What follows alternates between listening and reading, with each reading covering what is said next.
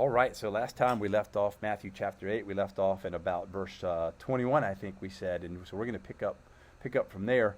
And actually, we left off in verse 27. We left off. That's where Matthew chapter 8. We went verses 1 through 27. And so we're going to pick up in verse 28. And we've seen so far that Jesus, he has authority over man. He has authority over diseases and all those sicknesses, leprosy. He has authority over the scriptures. And now he comes after, remember they had got in a boat and Jesus said, let's go to the other side. So they go to the other side, and while they're going to the other side, and him and the disciples, they're in this boat, and a big storm comes up, and Jesus is asleep, and the disciples are fearing for their lives in this storm, and they wake Jesus up, and hey, don't you know what's going on? We're going to die. And Jesus says, oh, you of little faith, and he calms the storm. And so I just wonder, when he calmed that storm, if he disturbed somebody on the other side, because he's going to the other side, and when they get to the other side, there's somebody there to meet them. Here in Matthew, it says there's two men. In the book of Mark and Luke, in this story, it tells us it's just one man. But Matthew points out that there's two. There's two of these men when they get to the other side. So I think it's interesting that Matthew focuses on two men, and Mark and Luke only focus on one, perhaps just different perspectives. Maybe one was more daunting than the other one. But we'll see who these men are here in Matthew. And so it says, when they got to the other side, in verse 28, and when he had come to the other side, to the country of Gergesenes, that's the name of this place where they've come to now, and he's going to run into two demon-possessed men here. There met him two demon-possessed men coming out of the tombs, exceedingly fierce, so that no one could pass that way. Now, Mark and Luke tell us that these men were so fierce that people had tried to bind them with chains and with different things that would restrict them, but they would simply bust through those chains and anything they could use to bind them. So if you go in and you read these accounts in Matthew or in Mark and Luke, you'll understand they give some more details, and we'll get into those details because we'll hit those books as well. So, but let's just see what Matthew has to say about these. He says that they were so fierce that no one could pass that way. These were men who were demonically possessed, and they were terrorizing people and not allowing them to pass through this graveyard, this cemetery. They were not allowing them to come around this area. And verse 29, and suddenly they cried out, saying, what have we to do with you, Jesus, you Son of God? Have you come here to torment us before the time? Well, so here you have demonically possessed men who immediately recognize who Jesus is. Remember that the demons do not deny God. They know exactly who God is. James tells us that the devils tremble at the name of God. They know who God is. And so for an atheist to say, well, I don't believe in God, well, you're crazy if you don't. Okay, even the demons, even the devil believes in God. They know who God is. And here they specifically say, what have we to do with you, Jesus, Son of God? They know who he is. That's because they were in heaven with him at one time. These demons are fallen angels who have rejected God, who have rebelled against God. And we won't go into the history of that at this point, what Scripture says about that, but we do know that at one time these angels lived in heaven with God and were kicked out of heaven because of their rebellion, led by Lucifer, the archangel, or led by Lucifer, the most beautiful angel, if you will.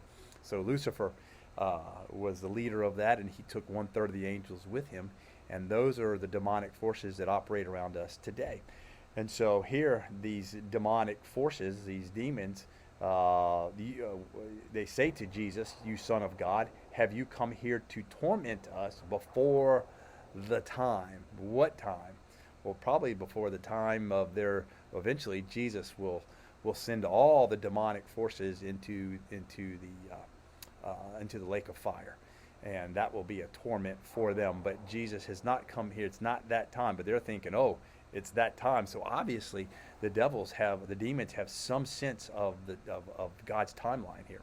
They understand that, and they're asking Jesus this question. And I wonder if Jesus has disturbed them, because when they're coming across on that boat and he calms that storm, I just wonder if at that point these demonic forces were stirred up, because they knew who was coming across that water when that happened.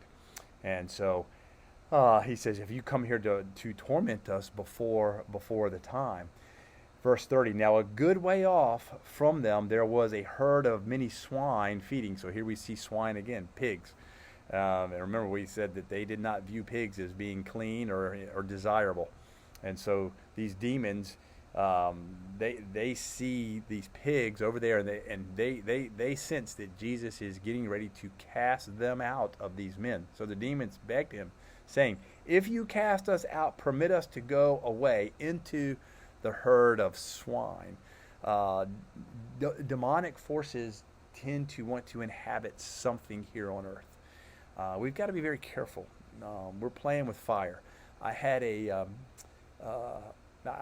had several instances of people I've counseled with who were involved with the paranormal. Some people call them ghost chasers. We've got to be careful with that stuff. It's very real.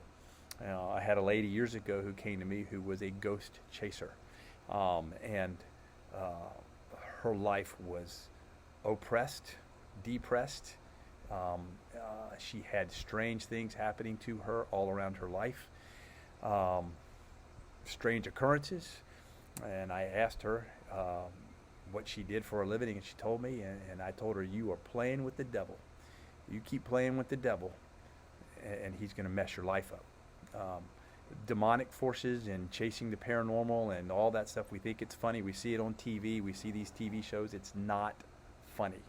It is real, and these things look to inhabit things. And if you're not a Christian, they can inhabit you. A Christian cannot be inhabited by demonic forces, because we're inhabited by the Spirit of God. But while they might not be able to dwell in us, they might not be able to possess us, they can certainly oppress us. And we can live under demonic oppression. We can live, if we're inviting that stuff, if we're hanging around people that are evil and wicked, we don't know what they're inviting into their lives. If you're into this dark stuff, horror movies and demonic voodoo and the things that are just wicked, you are inviting wickedness, and you're inviting demonic forces into your life, and it's very real. I've watched it, I've seen it, and you don't want to play around with it. Stay away from it. Get away from it. Don't involve yourself with people who are doing drugs and alcohol and things like that put their minds in a state of they're no longer in control of their state of mind. They can be very, very easily influenced by demonic forces.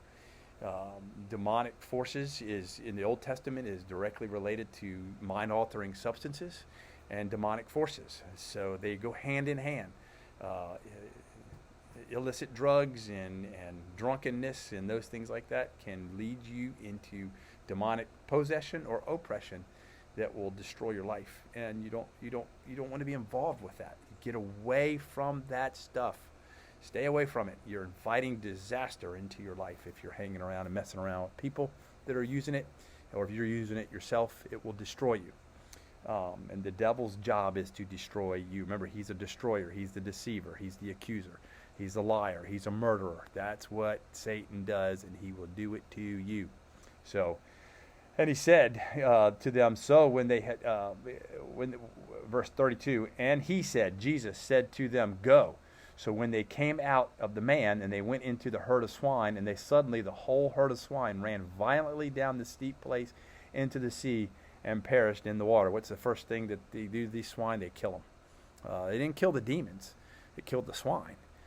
So they ran them right into the water, and Satan will do the same to you. The demonic forces will do the same to you as well. Verse 33, then those who he kept then those who kept them fled. They kept the pigs. Get this, and they went away into the city and told everything, including what happened to the demon-possessed man. So these people who own the pigs, they run back to the city. They're back from the cemetery there, and close by, they're keeping these pigs around this cemetery, and these these demons who were possessing these men now run off into the pigs. Now remember, and I think in Mark and Luke it tells us that it was a legion of demons who possessed. How much is a legion? I don't know. It's a lot, though. It was a lot of demonic forces that were possessing these men. So the people who were the farmer, whoever it was that was keeping watch over these pigs, it says that they went away into the city and told everything. They told everybody in the city everything that happened. Look, Jesus showed up. They came across the ocean, the sea there. They encountered these demon-possessed men. The demon-possessed men asked to be cast into, if you're going to cast us into those pigs over there. So that's what Jesus did. And then those pigs took off, and those demons ran right into the water, and it drowned them. And behold, the whole city came out to meet Jesus. Now, why are they coming out to meet Jesus? Well, they're not coming out to thank him. They're coming out because they're mad. Here, Jesus has just saved these men from demon possession. He's just cast out these demons, and the whole city, and it says, and the whole city came out to meet Jesus, and when they saw him, they begged him to depart from their region. You're stirring up trouble, because they were more worried about what it cost them monetarily than they were in what had just happened to the lives of these men who got set free from these demonic forces. That's incredible to me. That's our human nature, isn't it? They were more concerned about laying up treasures on earth than they were laying up treasures in heaven. These people could have cared less about these men. Well, no wonder. You know, they have been trying to solve this in an earthly way. Remember, they had put chains on them, and they had tried to bind these men up in an earthly. That's what we do. That's what we do when we really don't care about people at all. When we don't care about people, we don't care about ourselves, we try every crazy thing that we can think of. And then we're upset because it cost us money, when really what happened was Jesus has saved the lives of these men, because these demonic forces are out to destroy these men. They're out to absolutely destroy them. And I can't believe that these men who were working with these pigs day in and day out, I'm sure these men who were demon possessed probably harassed them, but at the same time they were willing to put up with it for money. That's what they were willing to do. Incredible that these men, that the whole, not just a few people, the whole city came out to meet Jesus, and when they saw him, they begged him to depart from their region. Unbelievable. Well, that concludes Matthew chapter 8, all 34 verses. I know we kind of ran through that.